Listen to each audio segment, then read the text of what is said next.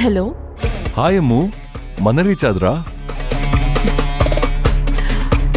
ಆದ್ರ ಅಂತ ಯಾಕೆ, ಆದ್ಯಾ ಅಂತ ಕೇಳಿ.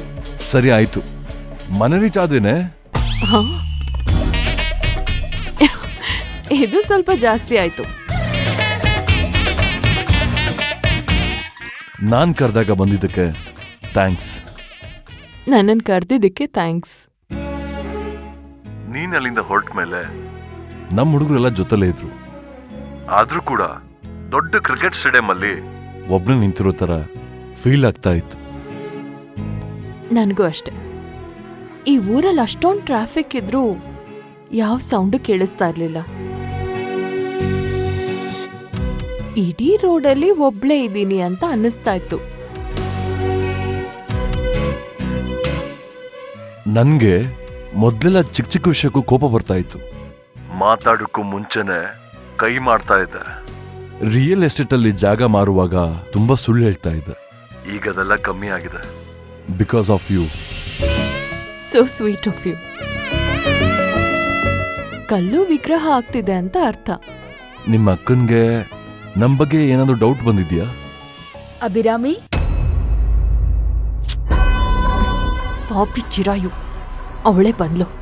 ಆಮೇಲೆ ಮಾಡ್ತೀನಿ ರೀ. ಸರಿ ಆಯ್ತು.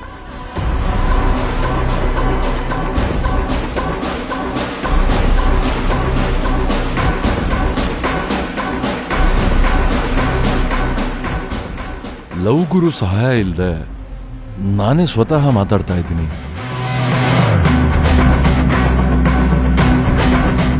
ಇಷ್ಟ ಆಯ್ತೋ ಇಲ್ವೋ ಗೊತ್ತಿಲ್ಲ. ನಿನ್ನ ಹತ್ರ ಸ್ವಲ್ಪ ಮಾತಾಡ್ಬೇಕಿತ್ತು.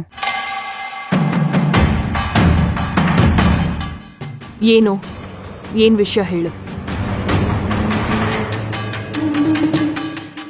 ನಿನಗೆ ಇಬ್ರು ಹುಡುಗರ ಪ್ರೊಫೈಲ್ನ ಶಾರ್ಟ್ ಲಿಸ್ಟ್ ಮಾಡಿದ್ದೀನಿ. ಇಬ್ಬರನ್ನು ನೋಡು, ಯಾರು ಇಷ್ಟ ಆಗ್ತಾರೆ ಹೇಳು. ಅಕಸ್ಮಾತ್ ಇವ್ರು ಯಾರು ಇಷ್ಟ ಆಗ್ಲಿಲ್ಲ ಅಂತಂದ್ರೆ ಅದನ್ನು ಕೂಡ ಹೇಳು, ಬೇರೆಯವ್ರನ್ನ ನೋಡ್ತೀನಿ. ತಗೋ.